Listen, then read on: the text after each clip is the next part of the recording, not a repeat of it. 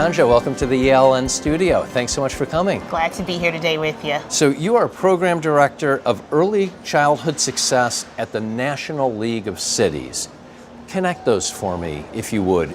Early childhood success and the cities. How do those come together? Sure, yes, thank you. The National League of Cities, our members are actually city governments. And so our members are mayors, city council members, city managers, folks that are governing over cities. And all of our members are concerned about governing over thriving, vibrant cities. And in order to have a completely successful city where everybody's doing well, you have to consider the needs of your youngest residents, young children. So our members are really concerned. The science, the data that talks about the importance of the early years has really resonated with our members. And they know that if they want all of their residents to thrive, that they have to start with their youngest. And so they're looking into ways that they can use City Hall and leverage their bully pulpit to advance a strong agenda for young kids and their families. How do you get their action? I can understand how you get their attention, right? You just said something to me, and if I'm mayor of a town, I mean, how can I not listen to that?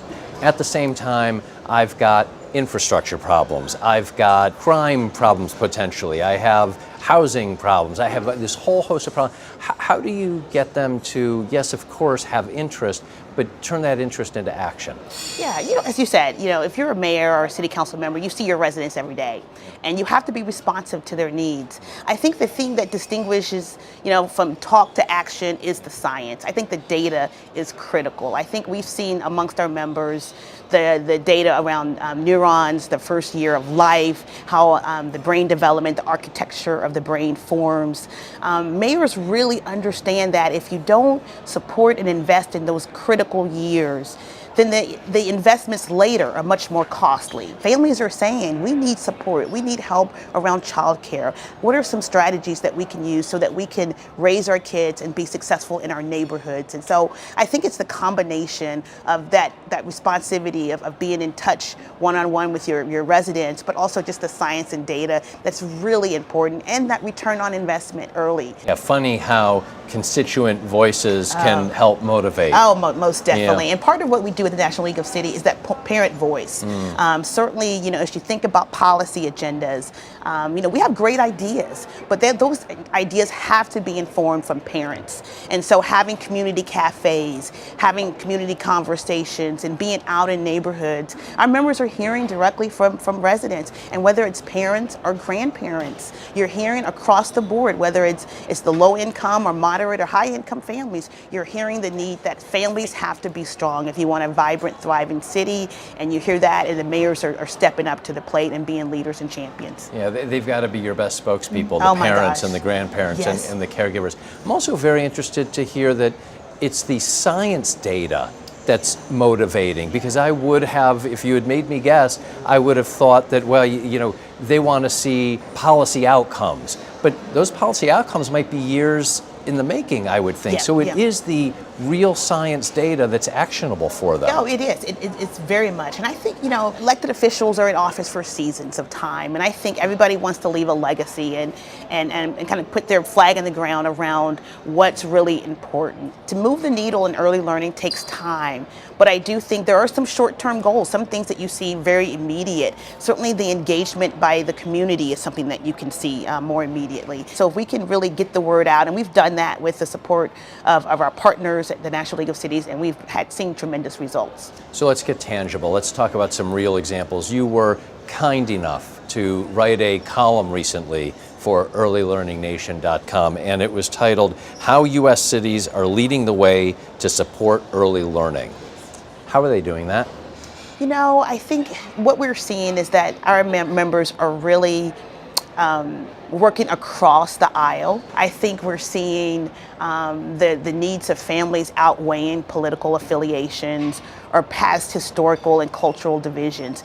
It's about mayors leading and using their bully pulpit to bring partners together We've seen mayors reach across various sectors, reaching out to the folks in health, juvenile justice, the business community, the faith community, and really leveraging their office in City Hall as the convener to bring all key partners together. And as we think about building an early learning nation, we can't do it alone. City Hall cannot do it alone. And we've seen mayors really reach out to superintendents of the K-12 system and really initiate conversations and strategic planning. We've been so pleased to see that as cities develop their priorities, they're doing that being informed by these various stakeholders and the priorities of their partners. And so the alignment of the work at the local level is really beginning to lead to some innovative practices and policies. And we've seen that really emerge in the last couple of years. Could we talk about a place where everything is up to date? Let's go to Kansas City. Sure. There is Pre-K for KC, an initiative. It will generate $30 million annually to offset pre-K tuition costs for eligible families. Yes. How did that come about? And is it? I'm so excited about Kansas City, and I think one of the key components of why they're in this space right now is the leadership of Mayor Sly James. Yeah. And he has just been an amazing champion. You know, he has a technology bent, and so he's always been interested in technology, but he's always open to where does the young kids fit into the city's agenda. And he's been tremendous working across sectors, bringing key foundations, business partners together. And he has consistently been a champion, finding ways that the city can support an agenda where many of the community partners are doing great work. And Mayor James has been very strategic in where can the city lead, but also where can the city support. And so I think that leadership is just a key component across the nation, where you see cities that are particularly in a great space. It's the leadership and recognizing where the city can lead and where the city can support. And Mayor James has been very effective and been a great champion and manager of city resources. Yeah, that executive leadership at the top, it just has to be so important. And they have an election coming up in Kansas City as well. We'll have to keep an eye. We'll have to make sure that regardless of who wins, that early education remains at the top of the agenda. Well, that's part of the leadership. I think Mayor James and other elected officials who may be terming out or may not be running again, great leadership is that you have a succession plan in mind way before your term ends. And he's been working at multiple levels to embed early learning at different places within city government.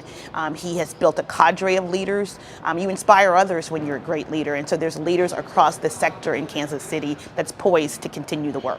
Let me ask you about one other city before I let you go. Dayton, Ohio, the Preschool Promise Initiative.